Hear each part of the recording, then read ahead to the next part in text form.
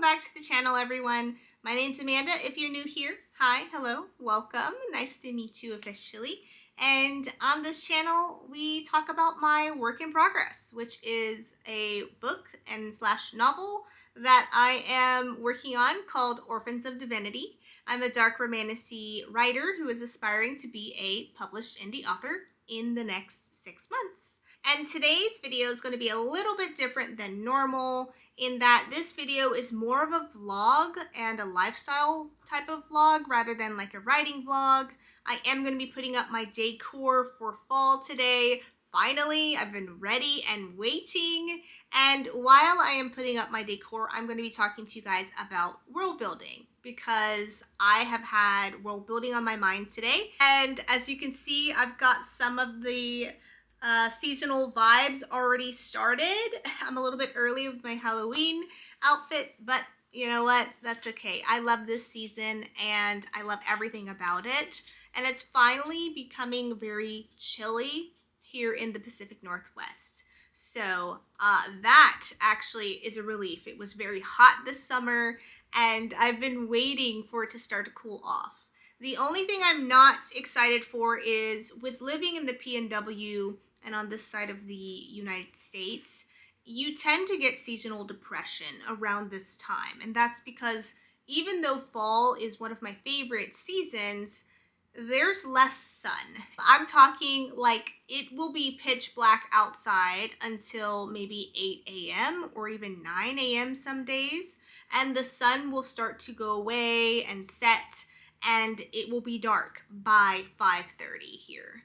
With changes like that, you kind of start to have less time outside. You see the sun less often.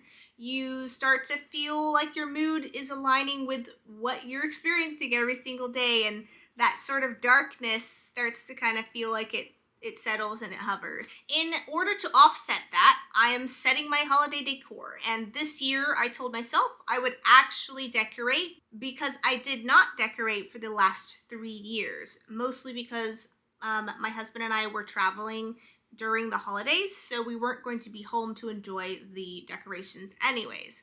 I hope you're excited. Grab your tea, your coffee, your other drinks, and some snacks if you haven't already, and let's just have a good time today. These are going to be the fall decorations that I'm going to be putting up today with you guys on camera. Some of it is brand new because I didn't have some decorations, and other parts I did have that are just new because I didn't actually put them up last year or the year before. I decided to go with decorations that I could use either as like just as a fall focus. So that's like brown colors, red, creams, beiges, black, and clear like glass items.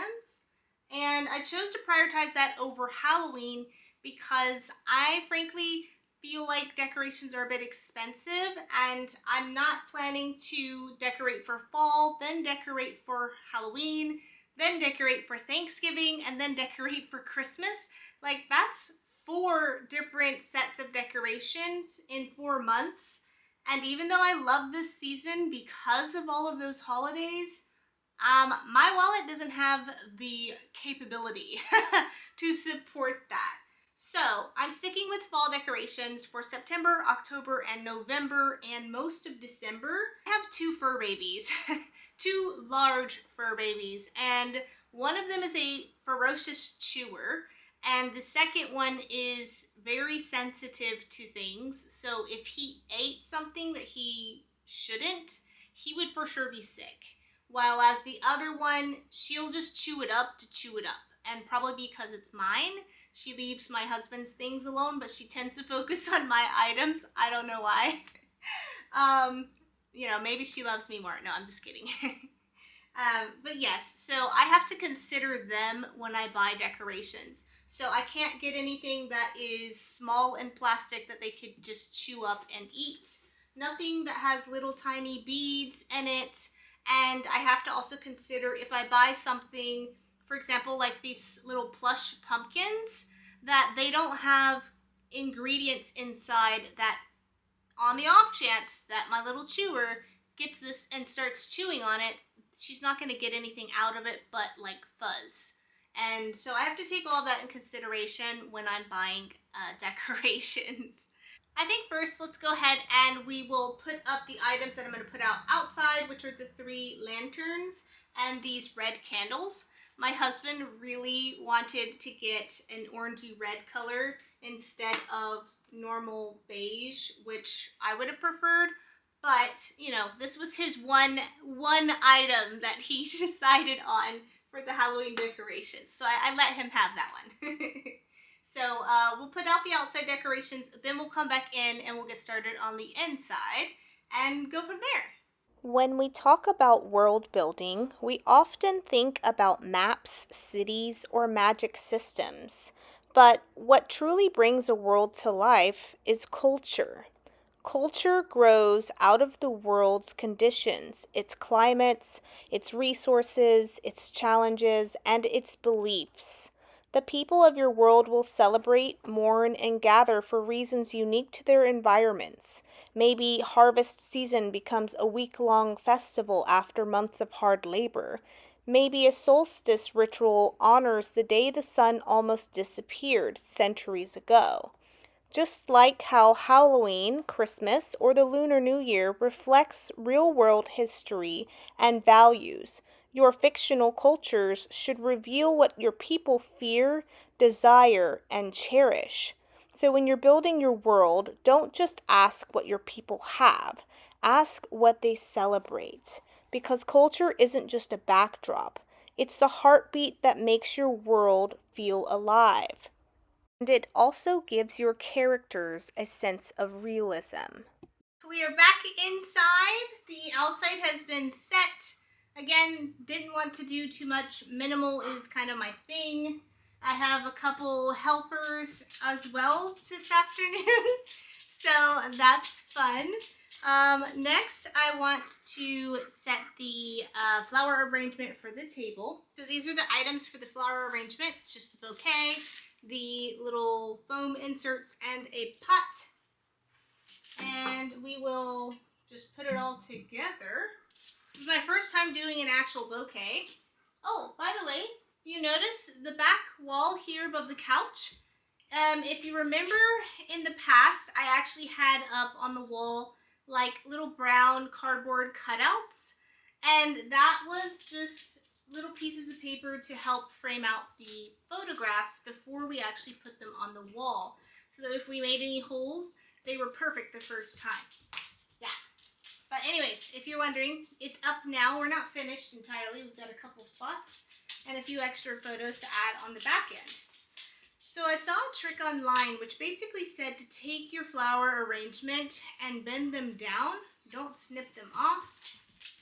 And that's supposed to make them more thick and full. So we'll try it. I absolutely adore the fall season because of the number of celebrations that we have. Halloween, Thanksgiving, Christmas, the New Year's. And because of this, I feel like our characters would have similar things within their life that occurs that they're looking forwards to or they feel trepidation for. So some questions that we can ask ourselves are, what is it that they care about? What events or elements or identity and cultural things occur during the time of the year that your story takes place? And is this a good thing or a negative thing for your character? What is the purpose of this event? What's also the hidden purpose or hidden agenda of this event that our character may not have any idea of? And what type of effect does this event have on the character's way of life? Does it force participation? Does it determine their behaviors and patterns that they display throughout the year? Is it also something that changes their way of life, like the value of things that they deem important, like magic or food or other household items? Okay, this is the final result of the flower bouquet.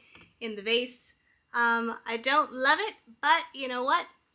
It'll work for now, so I can perfect it later. Moving on.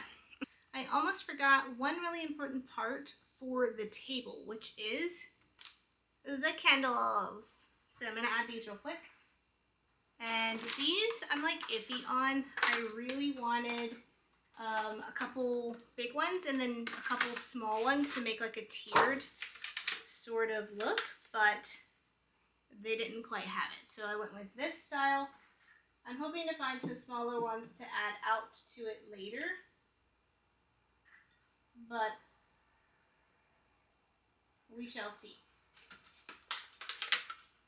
These are more decorative. They're not going to be actually used. So these are the books I'm adding back to the table. These are books on photography. My husband's into photography, so he likes to use these as just like table additions. We're just going to add it back to the table to give it a little more dimension. These are two of the candles from prior. I'm just going to add these back on the table. And that's the table for right now, of course. Onwards to the bookcase. So, we're going to decorate the bookshelves. Not necessarily the shelves themselves, but more so the uppers. And I'll reposition the camera in just a moment. Just wanted to draw your attention to this corner here that is so beautifully covered up by plastic wrap. As I mentioned earlier, I have an aggressive chewer. So she actually committed a murder on 2 different occasions. And since then, we have used plastic wrap as a way to cover up the books so that she doesn't have access to them. We have started using it only on the left and the middle section. That seems to be the side that she tends to like. Maybe there's a certain flavor that she has a preference for. I don't know. Our solution is to build a plexiglass like doorway. That way we can attach it with a hinge and lift it like a cabinet door almost. And she won't be able to access the books in that case, and they'll be protected from her teeth and her aggressive appetite for books. So I have these 3 items that I got from the dollar store, no less. It's a little easel that will hold either a book or it could hold a signboard. I found this signboard. Take a look at it. Isn't it so cute? It's literally perfect for representing my novel, because my novel is all about a witch that is trying to cure a plague, and she makes elixirs using herbs and other magical ingredients. And I found this cute little bottle, which I thought was great. It's got like a little diamond top. I thought this was great as like a little apothecary bottle. So that's kind of the addition to the bookcase for right now. So I think we'll put it right here. And hopefully it fits. Oh, it doesn't fit. Okay. So I'm going to shift this up in that case. This is perfect. Yeah. Okay, on to the top. So I do have these garlands, and I just really love the colors. And the only annoying part is like when they got put into the bag to be brought home, the sales attendant just kind of shoved them in, and bits and pieces were like falling off everywhere. So this is what they look like up close. They're just fall colors to symbolize the change in the seasons. There's little pine cones. There's little berries attached as well, and little pieces of straw. So I just thought it was cute. It gave like an all-around feeling of fall. This is the part I'm really unsure about because I've never really put up garland, but I got little adhesive removable hooks that I'm going to see if we can attach to the shelving and get this up. I've been considering which cultural festivals or events and celebrations might occur during the first few chapters of my work in progress, Orphans of Divinity, in which Celine, my main female character, who is an apothecary, is living in the city of Preeth, the witch's city. And I think I have two different ideas that I want to put into place. The first is a harvest festival, which will occur before winter. And this is when goods are high and in plenty, and there are lots of food to go around. I think it would create a sense of urgency within the characters, and I think also the purpose of this event is to build a sense of morale in order for the people of Preeth to face the harsh reality of winter. While the purpose of it is celebration of having plentiful food for the time being, it's really a distraction from reality that the people are going to have to deal with. And when they go through this winter phase, of course, they're going to have a lot less food. So I think this will determine a lot of their ways of life and how they live leading up to this event. This would be an event that people spend weeks or months building up their stock of wares that they would sell at this festival or saving their rations in order to sell it for the highest bidder. The value of food and magical items would change. It would increase because of the desperation of needing to have these items before winter occurs. This would also increase the danger as well, and there should be more theft, more murder, more of a detrimental feeling of desperation if they are not successful. And I want to have a second event that occurs after the occurrence of winter, which will help the people of this city to celebrate the increasing of goods with the return of spring, as trade routes will begin opening up amongst different provinces, and people will have more access to the magic and food and other necessary items that they need to survive on the daily basis. So as you can see, it is a little bare in the middle. I'm missing decorations. I want the items that go up there to be something that I keep all year long. So I'm taking my time to decide on what that is that goes up there. Again, if you have suggestions, let me know. I have one more item, which is the little pumpkin string set up. And I honestly don't know if I'm going to put this up because I don't know if it's going to even fit. Honestly, I never measured it when I purchased it. I just purchased it on a whim and just said, yep, that's it. I like it. Let's take it. So we'll see. But it might work. I will test it out and then I'll come back and let you guys know. Yeah, it's so cute. I like it. That's the last decoration to put up for tonight. And I'm going to see what else I can find online, but I'll post a couple pictures here of the final versions, kind of what they look like, and how everything turned out after I played around with it a little bit. Hope you guys enjoyed the video and our conversation on world building. It was filtered through a focus on culture. And I wanted to focus on culture tonight because it was just on top of mind for me as I'm working on my own story and the world that I'm creating.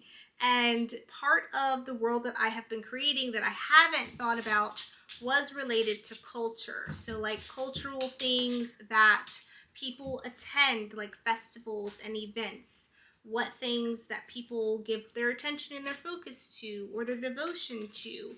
A lot of the elements within my story revolve around magic, devotion, identity, and all of that is kind of tied deeply into the culture of the people in every realm and in every city within the world I'm creating.